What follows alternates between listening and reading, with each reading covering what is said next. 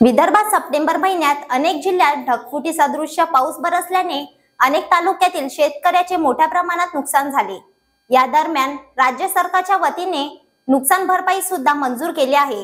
मात्र अमरावती जिल्ह्यात ओला दुष्काळ जाहीर करा, सरसकट प्रति हेक्टर 50,000 नुकसान भरपाई द्या, शेतकरी आत्महत्या रोखण्यासाठी जोडधंदे उपलब्ध करून द्या, शेतमालाला 100% पीक विमा द्या, अशा अनेक मागण्या घेऊन युनायटेड फोरम वतीने आजपासून जिल्हाधिकारी कार्यालयाच्या परिसरामध्ये बेमुदत धरणे आंदोलनाला सुरुवात करण्यात आली असून यावेळी जोरदार घोषणा देण्यात आल्या। 8,500 रुपये सरासरी त्यांचं नुकसान भरपाईचं सांगणं आहे। 1,27,000 हेक्टर त्यांनी पंचनामा केलेला आहे जून ते 31 ऑगस्ट पर्यंत।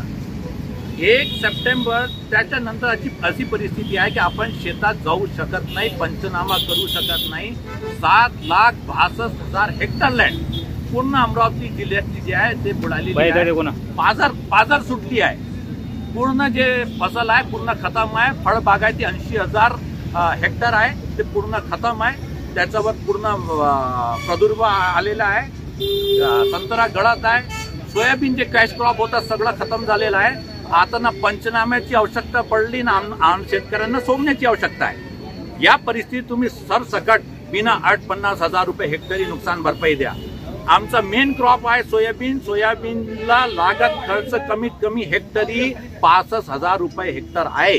तुम्ही आम्हाला 8,000 8,500 फक्त जाहीर केलेला आतापर्यंत पोहोचला नाही शेतकरीपर्यंत।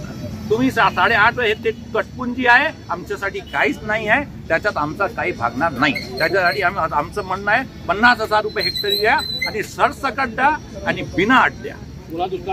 ओला दुष्काळ झाल्यावरच हे भेटणार आहे। आंदोलन करायला आपलं तर ओला दुष्काळ मेन आहे। ओला दुष्काळ जाहीर झाला म्हणून सरसकट होणार आहे। 7,62,000 हेक्टर पूर्ण शेती जी आहे अमरावती जिल्ह्यातील सगळ्यांना नुकसान भरपाई पाहिजे। त्याच्यासाठी आमचं आंदोलन आहे। संपूर्ण कर्जमाफी झाली पाहिजे। 50,000 रुपये हेक्टरी भेटला पाहिजे। ओला दुष्काळ जाहीर पाहिजे आम्हाला। शेतमजूर आता अडचणीत सापडलेला आहे। 2 महिन्यापासून ते शेतात जाऊ शकत नाही।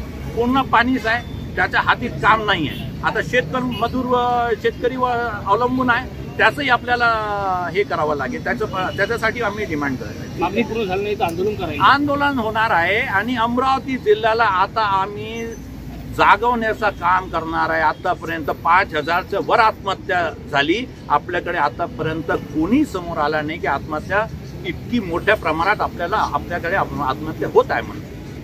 Vidarbha city news Amravati.